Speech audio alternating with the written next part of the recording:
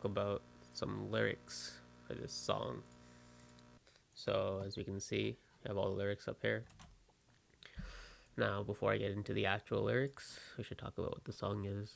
So, the song is about promoting mental health, and the idea behind it is kind of niche. It's that problems don't have to be as elaborate or big in order to be addressed and taken seriously. So, something that's really big is especially during critical times where there's a lot of things going on wrong in the world that are very explicit and very easy to pinpoint. Sometimes it overshadows and overlooks and kind of overtakes the simpler emotions or simpler hardships. And that could even be as small as just not feeling it some days. So the song starts out with, I've got so much on my mind, I can't seem to unwind. The silence is so heavy. So it's like maybe there's nothing going on, it's just silent, but the silence is kind of translated to some sort of loneliness or something feels like it's missing. I know peace is hard to find, but just because there's nothing wrong doesn't mean it's fine. So usually peace is hard to find. A lot of people don't have the luxury of just having everything given to them on a silver platter, and their biggest problem just being, hey, I'm feeling kind of not in the mood today, kind of bored or lonely. It's usually taken as a luxury, but to some people, even that is stressful and hard, the same way a big problems would be stressful. Just because there's nothing wrong doesn't mean it's fine. Kind of exemplifies it very literally. Just there's nothing actually like a big deal. Like you can't go to people and say, "Yeah, this morning I woke up a little tired, didn't feel like starting work." Stuff like that is not a big deal, especially when you compare it to, hey, there's some tragic event or some tragic health conditions or something along those lines, being laid off, fired, some big events that are a lot more tangible. I think the song is going for the opposite of that. Even when the room is full, it can still be empty. So you can still feel empty in a room full of lots of people. And more concrete example of that is like at a party. If you're in a room full of people, you might want to go home just because like you don't feel like it feels empty, kind of. Um, and that's normal. That's just called being burnt out, and it happens if you spend enough time with other people, whether you're introvert or extrovert. Uh, when the lights are turning on, the darker thoughts still get me. So, like when the lights are physically on, when you're around people, you can still feel kind of low for no reason, or maybe there is a reason, but it's not a big deal. And so this is kind of trying to overshadow the fact that people say, "Oh, it's no big deal," or "This is why." Like that shouldn't be said. People don't need to have a reason to not just be in the mood all the time. I'll stay awake when I can't sleep. I won't let it affect me. Sometimes me and other people have trouble sleeping. Maybe there's no particular reason. It could be anxiety, but it could also just be maybe you're just watching cat videos or something. Like there's not always a profound reason, but when it is, like something is on the back of your mind and it's like poking at you, sometimes it affects you. So this is trying to say, I won't let it affect me. When it starts to fall apart, I'll fix it instead of backing away from it. So one by one, I'll put it back. Um, and it doesn't say what it is figuratively, and it's meant to be genuinely like confusing and vague because it specifies it in the chorus. So you have these pieces. It doesn't say what pieces, but it's referring to like a mental image of the manifestation of your life. So maybe you have certain attributes, characteristics, things that define you that are kind of shifting away from what they were, and sometimes changes for the better, but sometimes it's just because you're out of place, out of character, and you kind of want to build that character back up and redefine yourself and put them together. And this is kind of where it takes the very narrative turn of you have burdens, but they're not big burdens. They're not something remarkable, but they're light as a feather. You went through all the hard times, but you know they get better. So it's kind of saying, hey, times are hard, but they'll get better. It's very literal. And then when the rain pours, kind of wordplay, not under the weather. So usually you're supposed to be sad when the rain is pouring, but you're not because you're trying to fix things instead of let them sit and get worse. Kind of like putting off your chores. You're trying to actually do your chores there. And then just some sort of rap, sort of hip hop, whatever verse. Lately, life is feeling hazy, feeling 95 on the daily, wondering if you're still the same me. So the idea behind this is like maybe things start to get blurry or fuzzy or hazy.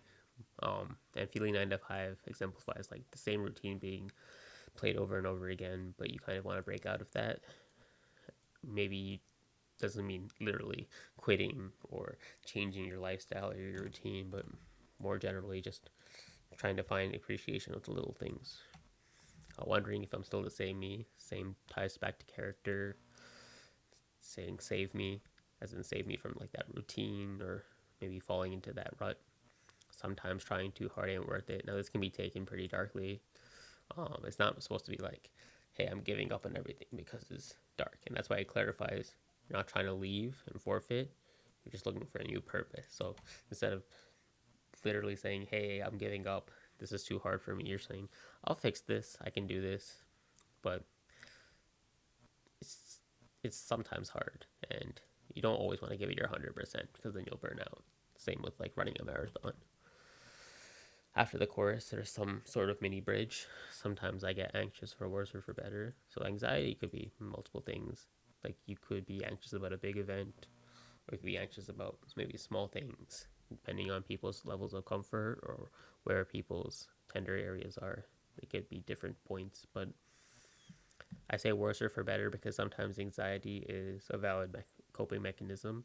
Sometimes it's literally good for you. Like if you're thinking about jumping off a building to another building, I know people do parkour and stuff, but some people may have the idea like, hey, I should just try this randomly.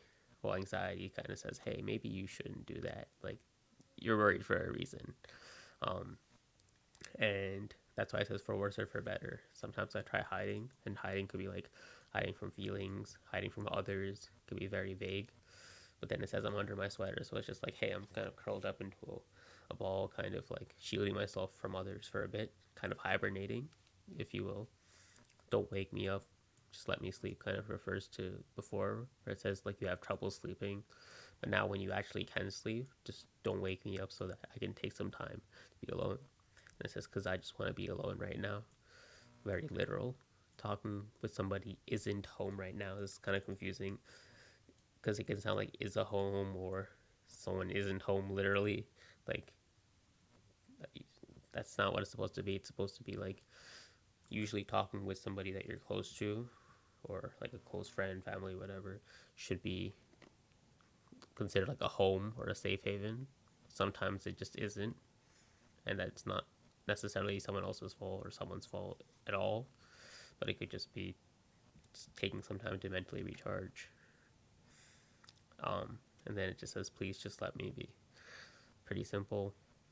Just when you have pieces that you want to put together, sometimes it takes some time to recharge and do it by yourself. And so it's kind of self empowering, saying, hey, I have these things to fix. I know how to fix them. I'll just do it. Recognizing that small problems can also be problems and they don't have to be tied down to a tragic event. So, yeah, that's the message behind it. And as for the actual music, do another breakdown.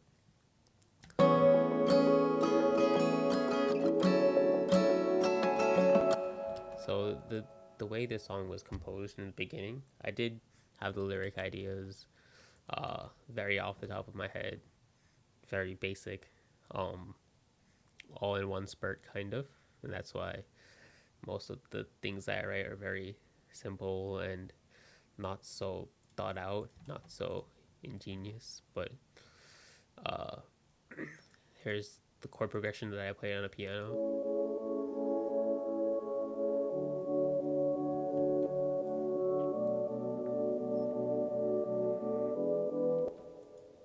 and then these chops that I really liked,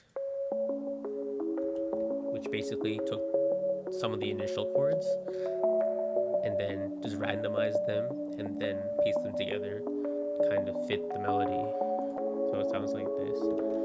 And this is the whole contribution I had to the song, production wise. I had the ideas in mind, but not the capabilities. I can't play guitar, but I really want a guitar. And so I got this lovely guitar track.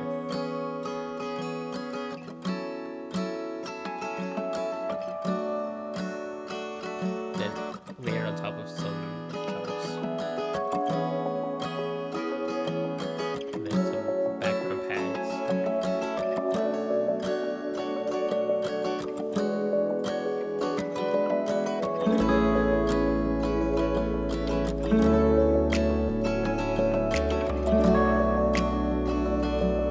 And then the trap snares, kicks, some heavy side chain. And then the sub bass is the same as the bass. But then some extra effects.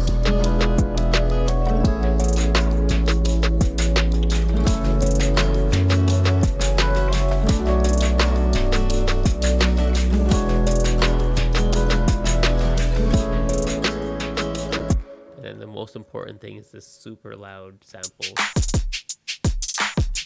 which completely overtakes the rest of the instruments. But if you add them one by one, you can kind of hear them.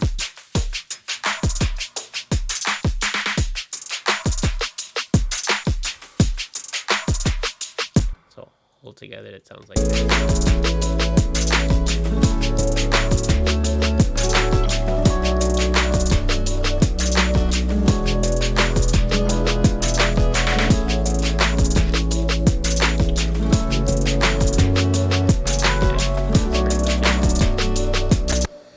Nothing too complicated.